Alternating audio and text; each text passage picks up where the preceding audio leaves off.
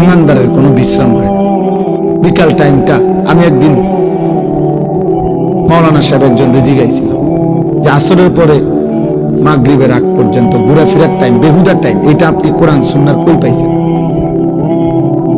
যে আসরের থেকে নিয়ে মাগরিব পর্যন্ত টাইমটার কোনো মূল্য নাই, এটা আমাদের বলছে কি? বলেন, এমন নাই কথা। বরং প্রত্যেক মুহূর্ত দামি, সময় দামি, এক এক ফোঁটা, এক এক সেকেন্ড, এক এক পলক। ইরতাহালাতিদ দুনিয়া মুদবিরা ওয়ারতাহালাতিল আখিরাতু মুকবিলা। আল্লাহর নবী সাল্লাল্লাহু আলাইহি সাল্লাম বলেন, বান্দা উম্মত, প্রতি মুহূর্ত দুনিয়া তোমার পিছে যাচ্ছে, প্রতি মুহূর্ত আখিরাত তোমার সামনে আসতেছে।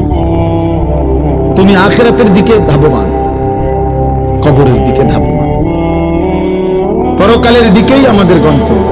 আমরা ফিরতে পারবো, মানে পিছনের দিকে যাইতে পারবো, আগাইতেই হবে, ইচ্ছাই হোক অনিচ্ছাই হোক, বুঝেও হোক না বুঝেও হোক, সুস্থ হোক অসুস্থ হোক, আনুগত্য হোক না ফরমানি হোক, আব্দুল কাদের জিলানী হোক আর ফেরাউন নমরুদ হোক, সামনের দিকে যাইতে হবে, আগাইতে হবে, আগাইতে হবে আখিরাতের দিকে।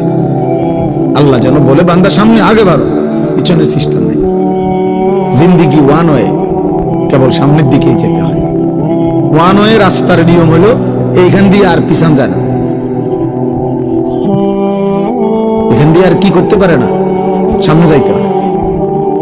হ্যাঁ, দুনিয়ার রাস্তার মধ্যে একটা সুযোগ আছে, ইউটার্ন আছে, মাঝখানে মাঝখানে কাটা আছে, ডিভাইডার। তো এই কারণে পরে আবার হিন্দি ঘুরে আয়ন যায়। কিন্তু আখিরাতের চলমান পথে হায়াতের কোনো ইউটার্ন নেই। কিছু দূর গিয়ে আবার আমি গত সপ্তাহে ফিরে যাব, সুযোগ নেই। আজকের দুপুরে আর ফিরতে পারবো, আজকের বিকালে আর ফিরতে পারবো না, কোন মুহূর্ত আর আসবে না। 2025 পৃথিবীতে আর হবে না, আর হবে না। ওই সেকেন্ড মুহূর্তগুলো আর আসবে না।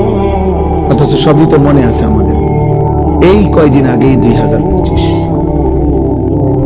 আল্লাহ তাআলা কোরআনুল কারীমের মধ্যে সময়ের বিভিন্ন পৃথক পৃথক নাম দিয়ে কসম করছে, গুরুত্বের জন্য কসম পর্যন্ত করছে আল্লাহ সময়ের নামে।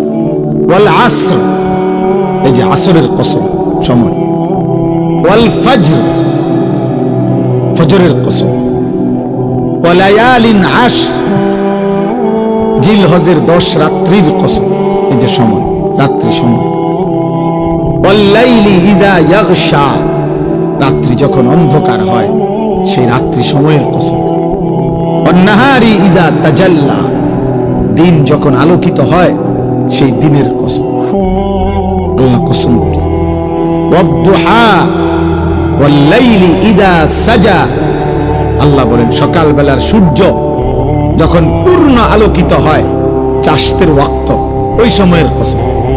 রাত্রি যখন পূর্ণ অন্ধকার হয় ওই সময়ের কসম। এইভাবে কোরআনে আছে, সময়ের কসম করছে না। আসরের কসম, ফজরের কসম, রাত্রির কসম, দিনের কসম, গভীর রাতের কসম, সকালের আলোকিত পৃথিবীর সূর্যের কসম। মুসলমানের নওজওয়ান, তোমরা বুঝতেছ, 24 ঘন্টা এমন অগণিত জীবন, 24টা ঘন্টায় তাকে জিজ্ঞাসা করে যে সুস্থ স্বাভাবিক ছেলেটা, যে আব্বা তুমি গত 24 ঘন্টা কি করছো? আহা, সে বলতে পারে চটপটি খাইছে, বুট বাদাম খাইছে, মোবাইল টিপছে, বন্ধুদের সাথে আড্ডা দিচ্ছে, খালাস, এতটুকুই। জি, অতএব এটা জরুরি বাবা, আমার জন্য, আপনাদের জন্য। হায়াতের এক এক সেকেন্ড দাম, এক এক মুহূর্ত দাম।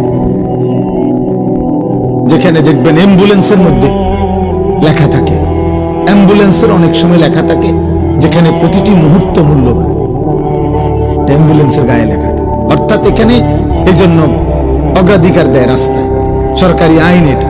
অ্যাম্বুলেন্সকে কি দিতে হবে? সাইড দিয়ে দিতে হবে।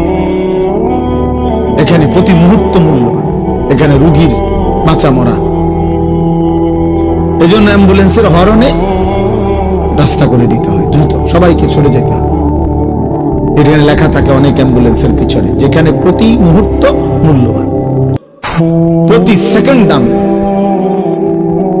আমার ভাই, এই জন্য আমরা হায়াতকে কদর করা, জীবনকে কদর করা, সময়কে কদর করা, এটা বিবেকবান, সুস্থ, বুদ্ধিমান মানুষের পরিচয়। জীবনের কদর যার কাছে নাই, হায়াতের কদর করো, কি করে তার কোনো ফুট পশ্চিম নাই, আগা মাথা নাই, কোনো বিচার বিশ্লেষণ নাই, বুদ্ধি বিবেক নাই, পার্থক্য নাই। এক কথা আমি বললাম, আমি প্রতিদিন এটা বলি, পার্থক্য জ্ঞান, আমি কি করছি, কি করা উচিত, এই পার্থক্য জ্ঞান যার মধ্যে নাই, বরং যখন যা মন চায় আমি তাই করি, তাই করছি, নিশ্চিত এটা মনে রাখতে হবে, ওইটা কোনো মানুষ না, বরং সে শুধুই জানোয়ার। ওইটারে জানোয়ার।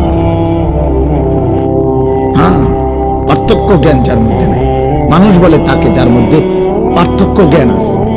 এটা আমার জন্য উচিত না উচিত না, এটা আমি করব না ছাড়ব, এটা আমার জন্য আদেশ না নিষেধ, এটা আমার জন্য কল্যাণ নাকি ক্ষতিকর, এটা আমার জন্য করণীয় নাকি বর্জনীয়, এটা আমার জন্য আল্লাহর আদেশ না নিষেধ। এই পার্থক্য জ্ঞান, এটা হচ্ছে মানুষ। এটা যার মধ্যে নাই, সে মানুষ মদও খায়, মধুও খায়, গালিও দেয়, সালামও দেয়, কষ্টের উপার্জন টাকাও নেয়, সুদের টাকাও নেয়, কিস্তির টাকাও নেয়, কারো কাছে ঠিকঠাক মতো বেছে, কাউরে আবার ধরা দিয়ে নেয়। বুঝেন নাই কথাটা? কাউরে আবার 2 নম্বরে সিটারি করে নেয়। তার মানে তার কাছে মূলত হালাল হারামের পার্থক্য নেই। মাকেও দেখে, বোনকেও দেখে, মোবাইলের উলঙ্গ নর্তকীও দেখে, রাস্তার অসভ্য নারীও দেখে, তার কাছে কোনো পার্থক্য নেই, চাহিদা পূরণ হইলেই হয়েছে। এটা জানোয়ারকে বলে, একে বলে জানোয়ার, এটা ইনসান না। ইনসান বলে তাকে যার মধ্যে পার্থক্য জ্ঞান আছে, ভালো মন্দের পার্থক্য তারতম্য করার যোগ্যতা আছে। আল্লাহ তাআলা এর জন্য কোরআনুল কারীমের মধ্যে বলছেন, এটা ওমা ইয়াস্তাবিল আ'মা ওয়াল বাসীর ওয়ালাল আহইয়া ওয়ালাল আমওয়াত ওয়ালাল যিল ওয়ালাল হারুর ওয়ালাল যুলুমাত ওয়ালান নূর। আল্লাহ বলেন অন্ধ আর চোখওয়ালা বরাবর না, বরাবর না, রাত আর দিন বরাবর না, আলো এবং অন্ধকার বরাবর নয়, রৌদ্র এবং বৃষ্টি বরাবর না, জীবিত এবং মৃত বরাবর না। তার মানে এটা তোমাকে বোঝা উচিত বান্দা, এটা রোদ, এটা বৃষ্টি, এটা আলো, এটা অন্ধকার, এটা সৎ, এটা অসৎ, এটা ন্যায়, এটা অন্যায়, এটা হক, এটা বাতিল, এটা জায়েজ, এটা না জায়েজ, এটা হালাল, এটা হারাম, এটা কুত্তা, এটা ছাগল, এটা হারাম, এটা হালাল। একই সৃষ্টিকর্তা। কুত্তার সৃষ্টিকর্তা যিনি, ছাগলের সৃষ্টিকর্তা তিনি। কুত্তার দেহে যিনি রক্ত গোশত দিছেন, ছাগলের দেহেও তিনি রক্ত গোশত দিছেন। তাহলে যুক্তিতে চিন্তা করলে এক সৃষ্টিকর্তার দেওয়া, একই সৃষ্টিকর্তার হাতে দেওয়া গোশত, রক্ত, এটা হারাম 2 রকম হইব কেন? দুটোটা খাও, কথা বলে না, খাবে কেউ? কেন কুত্তার গোশত খায় না কেন? কে হারাম করছে? ছাগলের গোশত খাই কেন? কে হালাল করছে? তাহলে যিনি হারাম করলে আপনি কুত্তার গোশত খান না, তো তিনি হারাম করলে আপনি সুদ খান কেন? আর সুদ খাইলে কুত্তার গোশত খান না কেন? দুটো তো বরাবরই। আল্লাহ নিষেধ করলে আপনি কুত্তার গোশত খান না, তো আল্লাহ নিষেধ করার পরে আপনি সুদ নিলেন কেন? হ্যাঁ, কিস্তি নিলেন কেন? বোঝা গেল সে সুস্থ না, স্বাভাবিক না, সে ইনসান না, হাইওয়ান, জানোয়ার। নাইলে তো সে এটা পার্থক্য বুঝত, সে পার্থক্য বুঝত। সে রক্ত পান করে না, পানি পান করে, কারণ এটা হারাম, এটা হালাল। তাহলে হালাল হারামের পার্থক্য, জায়েজ না জায়েজের পার্থক্য, এটা বোঝা উচিত। আমি এই জন্য বললাম বাপ, অনেক রাত আমাদের এই মাহফিল, আমগো মাহফিল, এই জন্য ভাবছি এটা আইও না, আইলেই হয়েছে, আলাল বের কথা হইলো আইলেই হয়েছে, আলাল বের বড় ভাইয়ের কথা হইলো আইতে হইলে আইতেই সোজা কথা। এটা কন্যাইও জোর করিয়াও আইতে হইব মাগারিটা। আলহামদুলিল্লাহ, আল্লাহ নাইছে। আমরা মহব্বত করি এই মাদ্রাসাকে, শুরু থেকে এই মাদ্রাসার জানি সব মাদ্রাসা আল্লাহ তাআলা কবুল করেন। মুসলমানের ছোট বাচ্চা জানাজার নামাজ পড়াইছে, আহা কত দুর্ভাগা, 60 বছর বয়সেও একটা দোয়াও করতে জানেন, আল্লাহুম্মা গফির লি হাইয়িনা ওয়া মাইয়িতিনা। এটা পড়ে আমি সালাম ফিরাইয়া লাফা, হ্যাঁ হুজুর মুনাজাত করে দেন। আপনি করতে পারেন না? আপনি সিরানি খাইছেন হারা বছর, হ্যাঁ আপনি বহন খাইছেন চা দিয়া ভিজাইয়া, আপনি পড়তে পারেন না? আপনি গোড়ার গাছটি কাটছেন সারা জীবন, বলে নাই ভাত খাইছি, তো আমরা কি সিরে খাইছি না? কথা বলেন না কেন মিয়া? এই বাচ্চা কি সিরে খাইয়া নি বড় হয়েছে? তো এতিম বাচ্চা যদি মালিকের কোরআন পড়তে পারে, হায় বদনসিব ওই ছেলেরা। এই বেটা বদনসিব বেটা, 16 বৎসর পড়ালেও তোরে তোর বাপে তোর মা